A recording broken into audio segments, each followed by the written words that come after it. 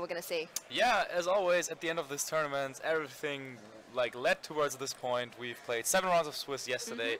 We've played a top 8 cut today, and both of these players had remarkable games that we have already also seen on stream before. So yeah, there's no doubt that both of these players are very knowledgeable about what they wanted to do with their team, that they can play well, and also they probably had a little bit of time to think about what they wanted to do should they encounter each other again, since they have already played in the Swiss rounds. But yeah, we have Jamie Boyd and Ben Markham, both from UK. Both from UK, exactly. So yeah, Team UK taking home this championships either way.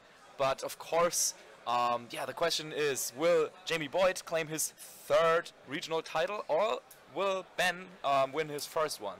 I mean, Ben is a player in UK who I see quite a lot at all the local events. He's always very involved with the community there, and he's someone who is just a very solid player. I've had the pleasure of playing him myself, and if I remember correctly, it was just the board positioning switches he made were phenomenal. He just knows his team. He knows what he wants when he goes into a game. He has a strategy, and he's very good at working out what his opponent is going to do and try and adjust accordingly, which is, you know, a great trait that you're going to want to have in the final, particularly when you're against someone like Jamie Boyd, who has every trick up his sleeve to encounter every situation. Exactly, just in that last series of So Jamie, the icy wind of the Persian coming clutch really is stopping that Mega Tyranitar from really doing anything whatsoever. And we've also seen Ben overcoming the odds there. Not only was he able to win his top 8 game in a rematch, so he was already able to revenge one of his 2 Swiss losses, as he was one of the few players sneaking into that top 8 cut with a 5-2 record. But then in the top 4, also overcoming yet another Gothitell team in Davide. So he has really shown that he can overcome the bad matchups. Another question is, will he be able to also defeat Jamie and then claim his 1st regional title? Exactly. I think it's quite interesting because Ben was X&2 at the end of Swiss, and the 2 Swiss losses that he had, he is playing in top cut. Yes. So he played Nicole straight away again, and managed to take all the information he learnt from the Swiss and be able to get the victory there. But he's now playing Jamie Boyd, who was his other loss in Swiss. So both these players, not only have they maybe been able to scout out each other's teams just from being on stream and hearing reports, they also have actually played each other, so they know each other's playstyle against their team. They already know what the other opponent wants to lead during team preview, so that's a little bit more of a mind game going into this final. Do you have any idea what happened in their Swiss match? From what I was told, it was a Tapu Koko speed tie in game 3. And that decided it all, so It that really definitely did. means that we're in for a close match either way. Even though Jamie Boyd is undefeated so far in series, he was the 1st seed going into top cut.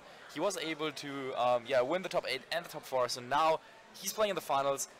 Do you think that experience really plays a factor in this match? Because as we were saying, Jamie Boyd, having played a couple of regional finals already against Ben, who I don't think has been in any regionals top cut even so far. I don't believe so. I know he's done really well in the UK sort of circuit, but this is his first one on sort of, I think, the international stage, and particularly here in Sweden. He's made the effort to come over and travel. Now he's in the final against a fellow countryman.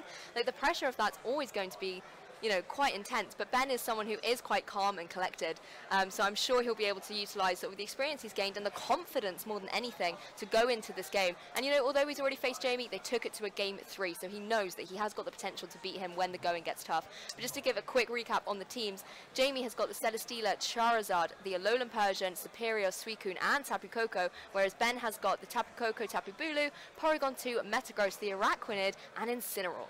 Yeah, so looking at the matchup here, as you have already mentioned that both of these trainers chose to bring Tapu Koko at least to their 3rd game in their Swiss encounter. Maybe one of them might want to avoid going into those dangerous speed ties between the Tapu Koko again. But just looking at their teams, it seems to me that Jamie really has to focus a lot on that Charizard X if he wants to do a lot of damage, whereas for Ben, setting up Trick Room could be a key factor, and that's also what we're going to see right off the bat here. Jamie leading off with that Persian and Charizard combination that he has shown off a couple of times, whereas Ben is leading things off with his Incineroar and Porygon 2.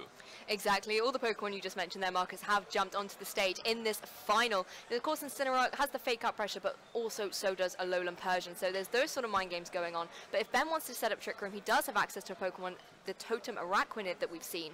And that would be an interesting Pokemon to bring in against something like the Charizard, Liquidation is going to be hitting really, really hard if he's able to get that Pokemon into that situation in Trick Room. Exactly, and so as you were saying, before that though, probably the best way or the best option for him would be to try and set up that Trick Room as soon as possible. It looks like on Jamie's team there's not really anything that can really like utilize the Trick Room. Like all these Pokemon like the Superior, the Persian, the Tapu Koko and the Charizard are super fast. So of course Jamie just goes ahead and goes for a fake out here onto that Porygon 2 to prevent any sort of Trick Room from coming up, and switches in the Suicune. Now Suicune is a Pokemon that in previous years sometimes at least has carried Roar.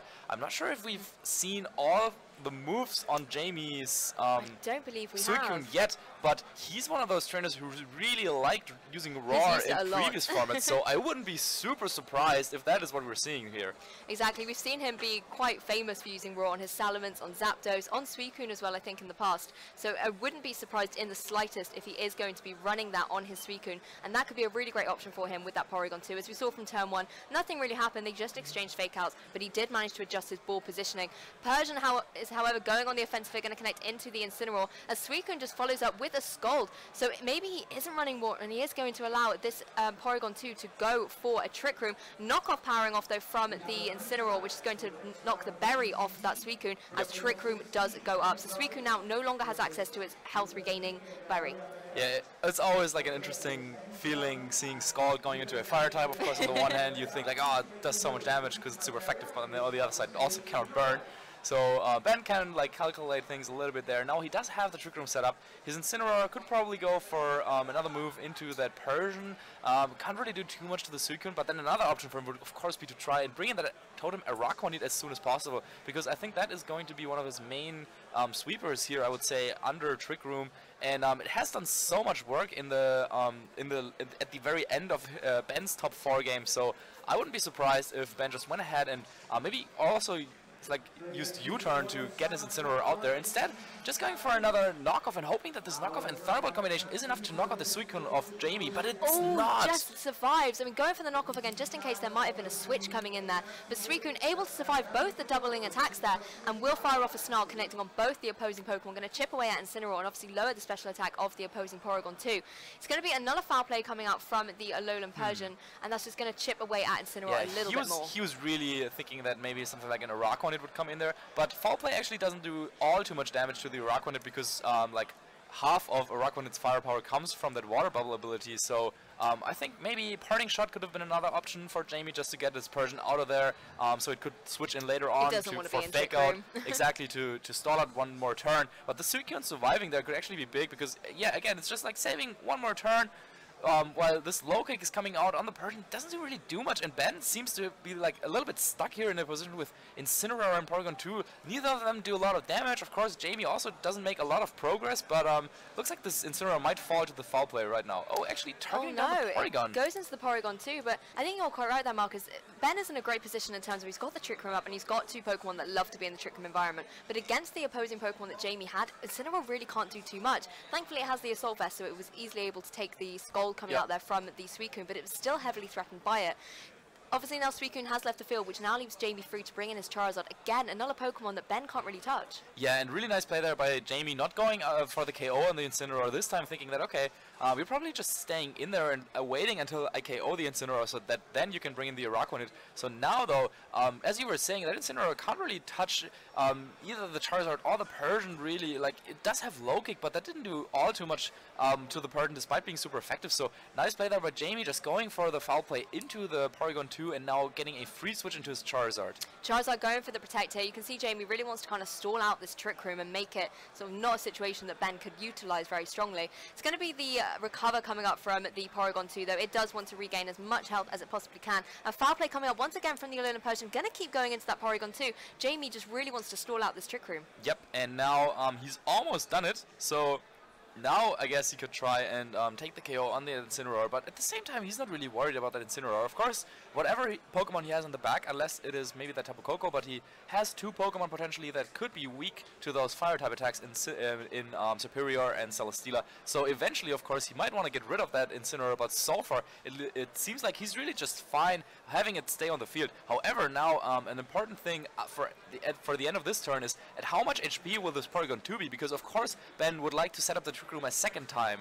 Of course he will, and it's going to be a really powerful Flare Blitz coming out from the opposing Incineroar. It's going to remove that Alolan Persian from the field, and in turn will KO itself due to recoil. The Charizard here, I mean, Porygon 2 just going for another recover, but is Charizard free to maybe set up a Dragon Dance so that it can be prepared for when Trick Room is over, that it will be in a dominant position. That's exactly what Charizard is going to go for, going to boost its attack and its speed as well. So as soon as Trick Room's over, it can really threaten some of the Pokemon on Ben's team. You can see the Tapu Koko, even the Araquanid, it's got Thunder Punch. Yeah, nice call there, and I think that might indicate that his last Pokemon could indeed be the Tapu Koko, because he wants to, of course, have some sort of damage potential combination to knock out that Porygon 2, and if he had like the Celesteela, then he probably would have wanted to get off some more damage onto the Porygon initially, but with that Tapu Koko having access to a very powerful Gigavolt Havoc, being based off that Wild Charge, as we have learned, could be something that now with a double target, of course, he could knock out the Porygon 2. Also, seeing as Tapu Koko comes in for Ben, that's another one of those Pokemon that could be knocked out by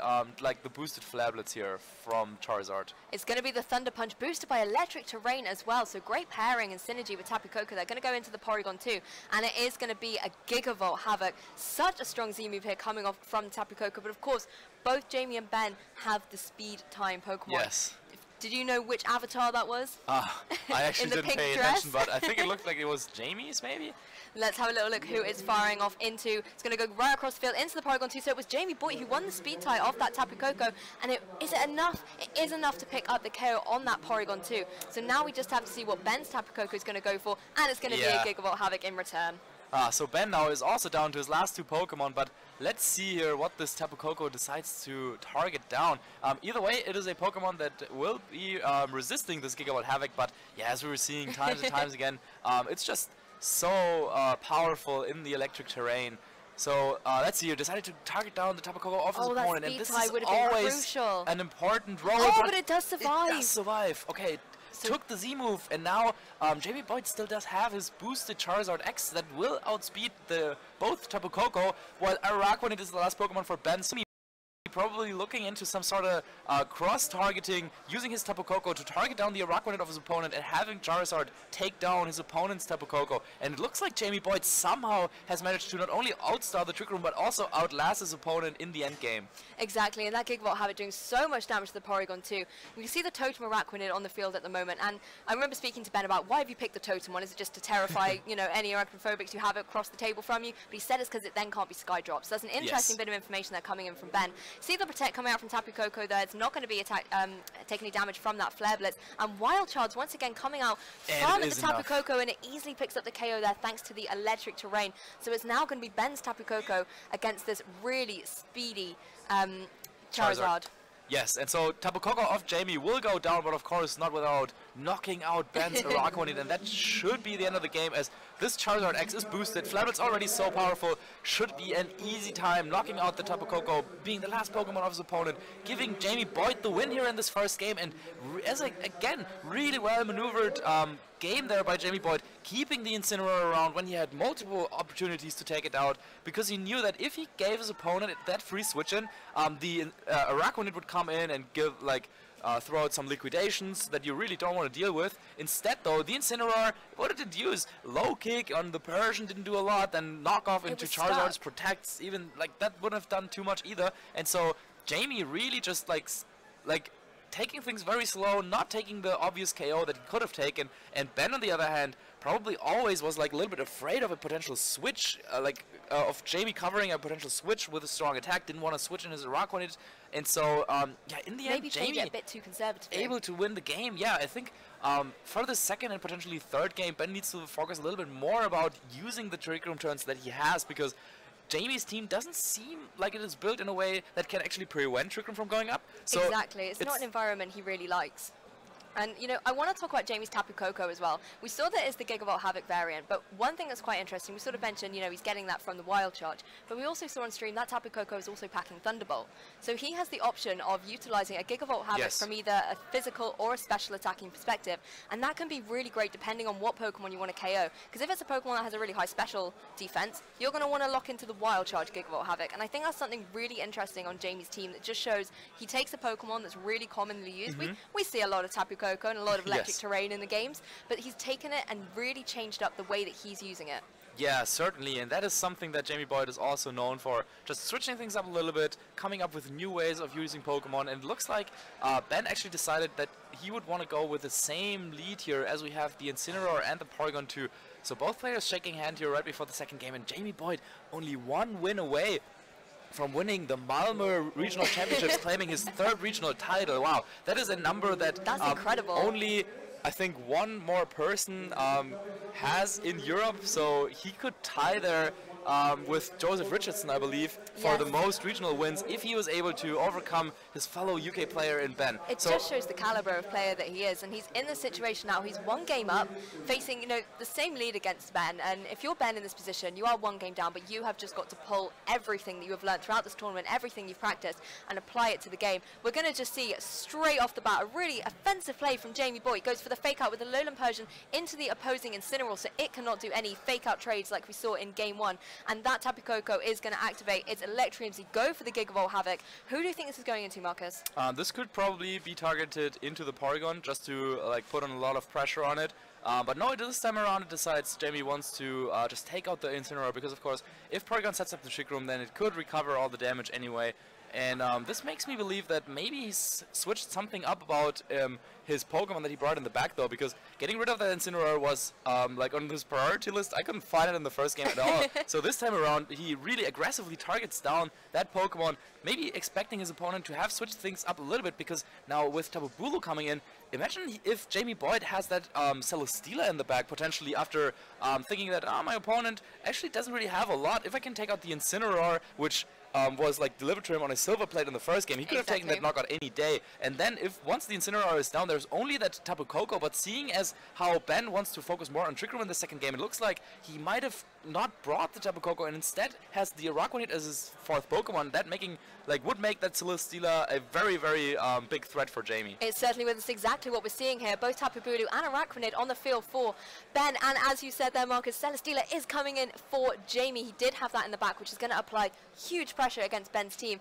Woodhammer going to power out such a strong attack in the grassy terrain, going to easily pick up the KO on that Lowland Persian. But now that Celesteela is on the field, Ben really has to rethink things here. He's gone really hard on the Trick Room mode in this game. He wants to get Trick Room up, and instead of, wasting the turns like he did in the first game, he wants to be hitting hard. Liquidation, Woodhammer, he's in his dominant terrain, or so he was. Now, the terrain is gone, and we're seeing something that we haven't seen in all the stream games of Jamie Boyd, I think. Celesteela's item finally activating that Electric Seed, now boosting Celesteela's defense against 2 physical attackers. And I'm not sure if we have talked about it before, but acrobatics, that would be such a huge move here if the Celesteela carried it, because hitting both the Tapu Bulu that it can hit super effectively, of course, with Heavy Slam anyway, but also the Araquanid for super effective damage. And Celesteela now in a prime position. It has the defense boosted. It looks to be in such a solid spot here, and Jamie Boyd really reading what Ben was going to do here in the second game. Exactly, that Celesteela, as you mentioned earlier, got the Electric Seeds, now got the Acrobatics. It can just target down on Tapu Bulu and Araquanid. There's not much Ben can do, as both Tapu Bulu and Araquanid are very big physical attackers. It's got the defense boost, and that said, it doesn't really care about taking a few Woodhammers, particularly out of terrain, or even a few liquidations. But Tapu Bulu is going to retreat right back to Ben. It's going to be that Porygon 2. Again, a Pokemon that can't really touch Celesteela, particularly when it gets a few Leech Seeds up in its favour. Download boost, however, will be boosting the special attacks. Porygon 2 will be quite happy with that. Celesteela, however, wants to protect him, maybe scout out what Ben is going to do. And then Tapu Koko going to protect also. I mean, it's heavily pressuring that Araquanid, but there's still due to Trick Room, the Z move is still a potential, and that is what we're seeing. That's exactly what we're seeing. Jamie Boyd on top of his reads once again, and Ben really wanted to make a big KO here probably with this Hydro Vortex, but unfortunately for him, will be hitting into a Protect. It will, and not gonna lie, it's one of the most terrifying animations. A spider in a whirlpool, a big spider. You don't really want to be coming down against this, but it's going to go into that Tapu Koko, so a great call there from Jamie Boyd. Still going to do some good damage, as the Water Bubble ability is so boosting the water type moves on that Araquanid, but Tapu Koko is here to stay another turn.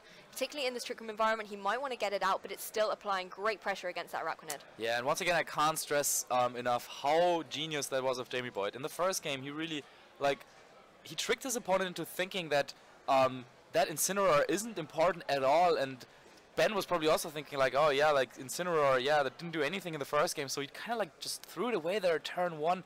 But of course, Porygon is one more option that Ben has to deal with that Celesteela in electric terrain. But if this Acrobatics would have KO'd the Araquanid of his opponent, then Ben would have been forced to reset the terrain. But actually, yeah, with that Porygon 2 Thunderbolt being so powerful, yeah, that could still swing the game into Ben's favor.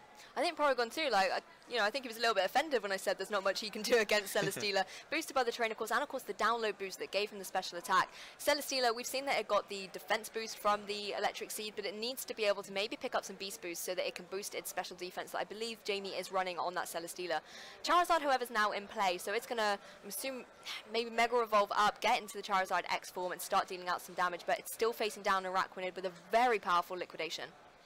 Yeah, and now Jamie really is like with his back against the wall all of a sudden. He has only 2 Pokemon left. He can't switch anymore. Now he has to actually outstall the Trick Room. He could try and protect his Celesteela and use his Charizard X to take out that Araquanid, for example, but then he still needs to find a way to deal with that Porygon.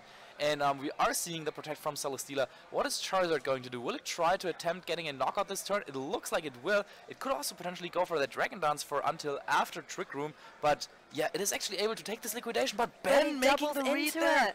Ben making a great call, but it just survives. The Charizard surviving on 7 HP, able to get up a Dragon Dance. And I'm sure it's going to want to be in this position as soon as Trick Room ends. But great call there from Ben. The Celesteela going for the Protect, but Ben doubling into the Charizard. That was such a huge threat against him. But now Trick Room's over. He's got a Dragon Dance up. Jamie is in the dominant seat at the moment. Yeah. But the problem is that now Jamie would need to try and prevent Trick Room from going up again, and he can only do that by doubling up into the Porygon with, for example, Acrobatics and Flablets. But Flablets would then... Recoil. Yeah, exactly, would KO the Charizard. So I don't think that he has what it takes to deal with all the threats on the board. The Araquanid, he needs to devote a move to take that out, but then the Porygon 2 will be free to set up Trick Room again. And seeing how much that Thunderbolt did to the Celesteela, I don't think that Celesteela has any chance of winning the 1v1 encounter there. So let's see here, Acrobatics coming out into that Araquanid while Charizard is protecting itself, but if Porygon set up the Trick Room, it would be easy for Ben to take the knockout on Charizard. The only way here for Jamie to win would be if that Porygon for some reason targeted down that Charizard, but that is not happening. Thunderbolt coming out into the Celesteela, getting the KO, and Jamie Boyd is down to his last Pokemon. Exactly, that Celesteela that we were saying was going to be so bulky and be able to go through Ben's team has been KO'd by the little Porygon 2. So now it is the Charizard against the Tapu Bulu and the Porygon 2. Yeah, and of course Tapu Bulu not a particularly good matchup for against the Charizard, but at this HP range it doesn't really matter. Trick Room is not set up, but that doesn't matter either because Porygon will be able to just get the clean knockout here, and Charizard's strongest move, Jamie deciding to finish things off in style, just wants to see how much damage that would have done to the Porygon. Maybe if a combination of Flablets and Acrobatics is enough to KO that Porygon at a +1 stage of attack on the Charizard, but it will also, of course, make his Charizard faint, and we are going into a game 3. It's going to be a game 3. Somehow was able to pull things back after it looked very grim for him, but that Porygon 2 being so powerful with the download boost and in the electric terrain, yeah, that Thunderbolt did so much damage. I will never underestimate a Porygon 2 ever again. That was so strong. It did almost about 60% to that Celesteela straight off the bat with 1 Thunderbolt. And I think, you know, if you're Jamie in the situation, he was in a really great position going straight on the offensive, and yes, he managed to get some good KOs at the beginning, but Ben went so hard on that Trick Room. He knew what he wanted to do, and he just managed to apply that strategy so well. Yeah, and it looks like, as we were saying, looking into team preview, it looks like there's only Incineroar and Tapu Koko that can deal with the Celesteela, but it turns out that the Porygon 2 can do the same thing. It can do it too. So I really doubt that Jamie wants to try and go with the same strategy of, like, KOing all the counters for Celesteela once again, because while it was such an offensive threat against the Tapu Bulu and the Araquanid of his opponent, defensively, all of a sudden, it wasn't able to back things up. And so, yeah, it's really, really tough for Jamie because Ben's Trick Room mode still seems to be a little bit uncontested. In the first game, he wasn't able to pull things off, like, completely because of the fact that his Incineroar was stuck on the field for too long. But then in the second game, bringing Tapu Bulu and Araquanid next to each other, and then the Porygon 2 when it really counted, really, yeah, playing well there under Trick Room. And Jamie needs to come up with a way to either, like, stall out the turns a little bit better or to set up, like, another win condition like that Celesteela. Exactly, and I would be so surprised if Jamie wasn't running Raw on his Suicune, but it does appear like that isn't an option for him. But it would have been a great play for him to have that Suicune in, that he's, you know, he loves bringing that to the front of the field, and if he can Raw away the Porygon 2, maybe then bring in something for maybe the partner Charizard X to be really dominant and be able to pick up a KO nice and easy.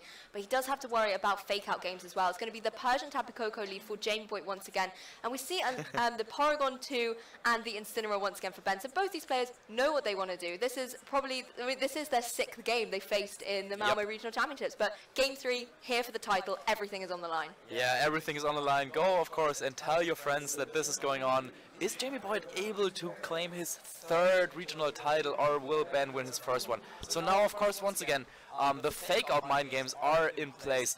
Jamie could just go for the same play again, eliminate Incineroar from play on turn 1, but in the 2nd game, while he was able to get the first KO relatively quickly, he wasn't able to follow things up, unfortunately, as Ben's Porygon 2 proving to be so powerful. So another option for him would be to like try and fake out the Porygon again and maybe switch out the Tapu Koko to set stuff a little bit, but it looks like he's committing to the Incineroar play once again and really wants to get rid of that Pokemon as soon as possible. Exactly, he's going for what he did in Game 2, fake out into the Incineroar, and I believe it will be followed up by one of these powerful Gigavolt Havocs. Interesting enough, he didn't go for a fake out on the Porygon 2, so if that is what Ben has opted to go for, Trick Room will be up in play, leaving Ben free to be able to bring in another Pokemon once this Incineroar is KO'd. That's exactly the Pokemon he's targeted down. Yeah, and that was a kind of a risky play here by Jamie, putting like all his eggs into one basket, because if that Tapu Bulu switched in, that could have soaked up the Z-move easily, and then in Trick Room really would have threatened both the Persian and the Tapu Koko. So Jamie, once again, thinking that, hey, like, there is so much on the line here for my opponent. He's not going to just like switch in Trick Room, because if I go for the fake out into the Porygon and target it down with another move, then maybe you could take it out with the Z move later on, but actually with that grassy terrain, yeah, I definitely think that could have been one option here for Ben to try and like just switch in his Tapu Bulu, because then that also would have helped the Porygon with the recovery at the end of the turn, even if Jamie committed to a play against that Pokemon. But now, of course, he has his Trick Room set up guaranteed and is able to switch in the Tapu Bulu for free, so now we're in like a similar situation. Exactly, and I think if you were Ben, you may have realized that, you know, Trick Room really isn't something Boyd wants to be up against, so why would you let the Porygon 2 get Trick Room up? If I was Ben, I would have thought that's something he definitely didn't want to do. So maybe he thought his Incineroar was, you know, safe in that particular turn 1, but it turns out Jamie went for the exact same strategy. Ben, however, doing exactly what we saw in Game 2, brings in the Araquanid. So Tapu Bulu and Araquanid and Celesteela once more are all on the field in Trick Room and grassy terrain. Tapu Koko going for the Protect, though, doesn't want to take any damage from potentially a Wood Hammer or some powerful damage from Tapu Bulu, but instead it's going to be a Horn Leech. Going into the Protect, though, so not dealing any damage, and this is now the state of play in Trick Room with quite a few slow Pokemon here. Yeah, Jamie didn't want to commit to a play here. He didn't want to commit to predicting which slot the Tapu Bulu was going to target, or else he could have gone for a parting shot with his Persian after that Tapu Bulu hit into the protective Tapu Koko. So he really wants to keep all his 4 Pokemon around. He was able to claim the Pokemon advantage early on after taking out that Incineroar, and once again he is going with that Celesteela. So yeah, now seeing that Jamie did indeed bring the Celesteela once again, it seems like switching in the Tapu Bulu in turn 1 for Ben is really something that could have like changed things significantly. But now, of course, Ben does have his Araquanid and the Tapu Bulu under Trick Room. This is the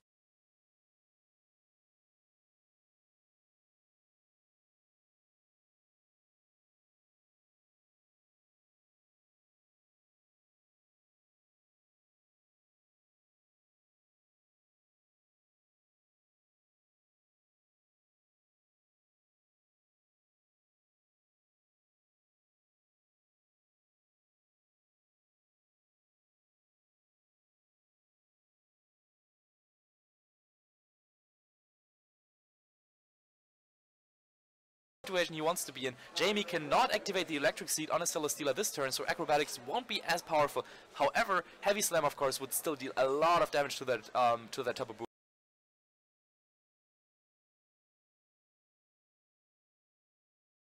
Exactly, Tapu Bulu does not want to take a Heavy Slam, but instead Celesteela is going to Protect, doesn't want to deal any moves out until it can maybe get Electric Terrain back in play. But a Liquidation will come out from the Araquanid, and obviously when it's the Protect there, but a Wood Hammer will be taken by the Alolan Persian, will be enough to pick up the KO, but this does give Jamie a free chance to bring his Tapu Koko back in. Although not a speedy Pokemon, it will activate that Electric Seed, which Celesteela could really use against both these Pokemon. Yeah, this time around Ben did not use his Z move into a Protect though, so he still has that available to him, and at the same time, if Persian somehow made it through the turn, that could have been a big opportunity for Jamie to go for a Fake Out next turn, use an attack with Celesteela, stall at the Trick Room pretty easily, but now he's kind of forced to switch in his Tapu Koko again to activate that Electric Seed to get rid of the grassy terrain. But Tapu Koko in Trick Room is never something you really want to have, unless it's one of those weird situations if you're playing against Baz and he has like his speed boosted Jinx, and yeah, that's not happening. Scarf Tapu Bulu. Yeah, that's not happening around here. So Ben still needs to really use his turns of Trick Room. We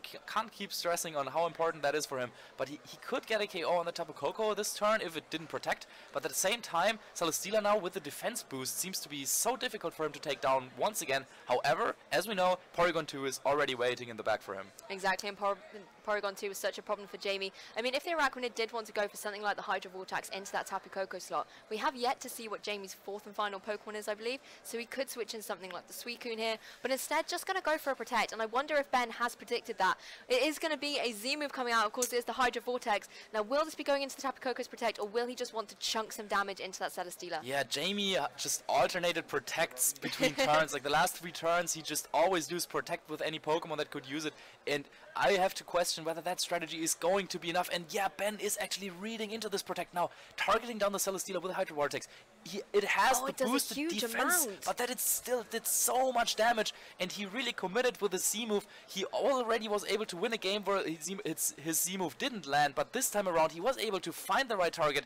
Tapu Bulu will go down, Celesteela will get another Beast Boost, or will get the first Beast Boost, I should say, to add to that defense boost from the Electric Seed. But Ben now being down to his last 2 Pokemon, he still has that Porygon 2 around. It's still super healthy, so he can try and set up Trick Room a second time here for that Araquanid, and it's going to be tough for Jamie to overcome that.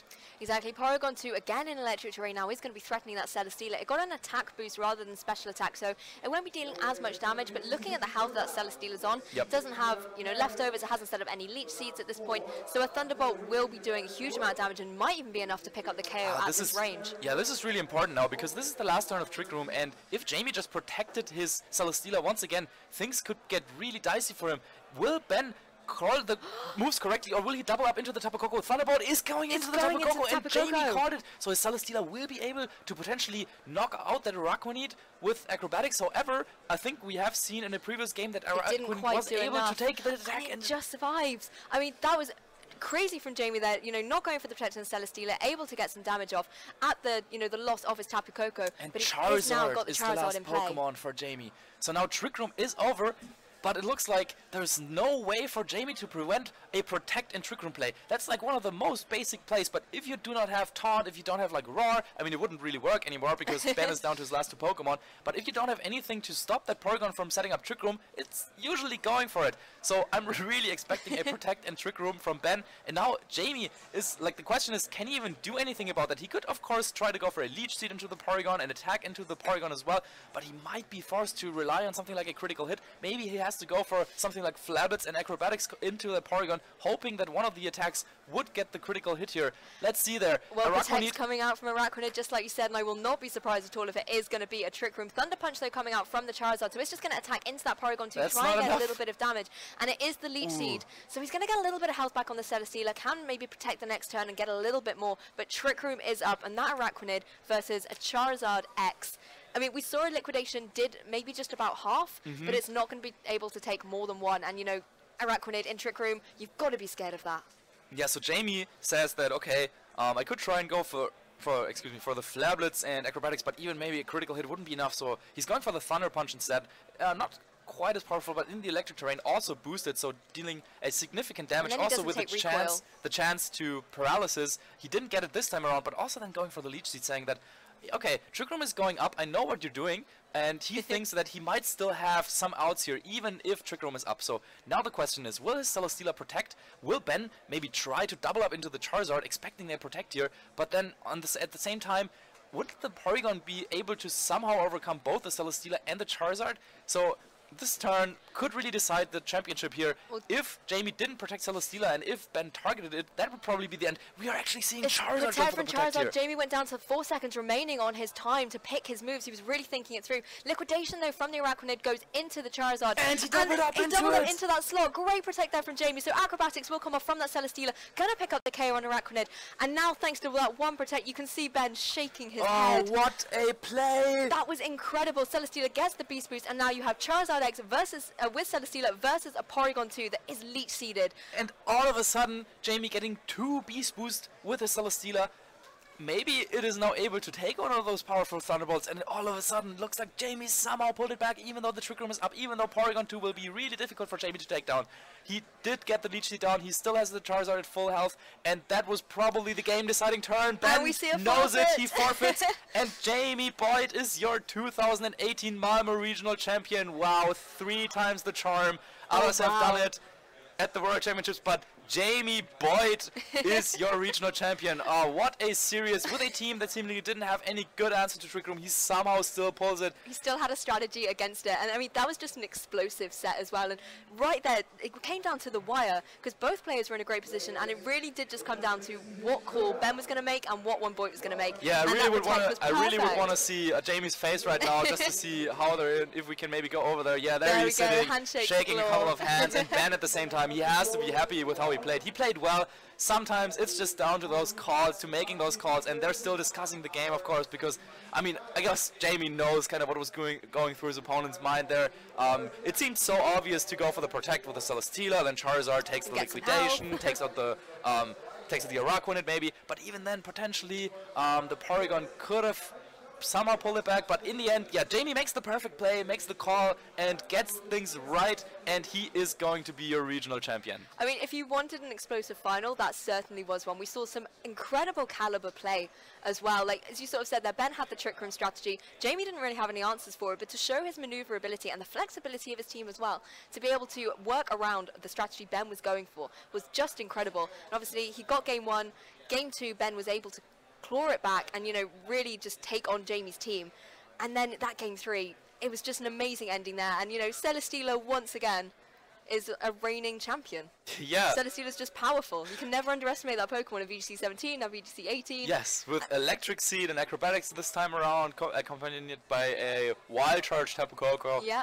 Yeah, what an exciting ending to this tournament. And Jamie Boyd, I can't stress it enough. He played so well. He went undefeated in Swiss, went undefeated in Top Cut, of course, like dropping some games here and there, of course, but against strong players like Ben, that can happen here and there. It's an information game after all, and Jamie really coming up with that Celesteela strategy for the second game. It didn't quite work, but then he pulled it off in the third game, and that is really like one true sign of a champion.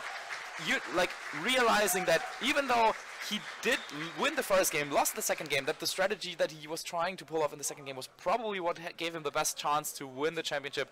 That is what happened. And, wow, once again, congratulations to Jamie Boyd, that we will, of course, be seeing in an interview in just a bit. Yeah, we will be joining Jamie for an interview very shortly. And as well, just a big shout out to Ben as well. He's come here, got to second place, but also he's going to be someone to really watch in this format, I think. He's really well versed with that team, and I've seen him use a different kind of Pokemon as well, so be interesting to see what he's going to apply going forward. And I think he is planning to attend a few other regionals throughout Europe throughout the rest of the season, so you never know, we'll probably see him in a final very, very soon. But I'm going to go calm down. I'm going to leave you to do the interview with Jamie, but hopefully you guys were excited as we were to watch that game, and congratulations once again to Jamie. Yeah, so don't go anywhere, and we will be right back.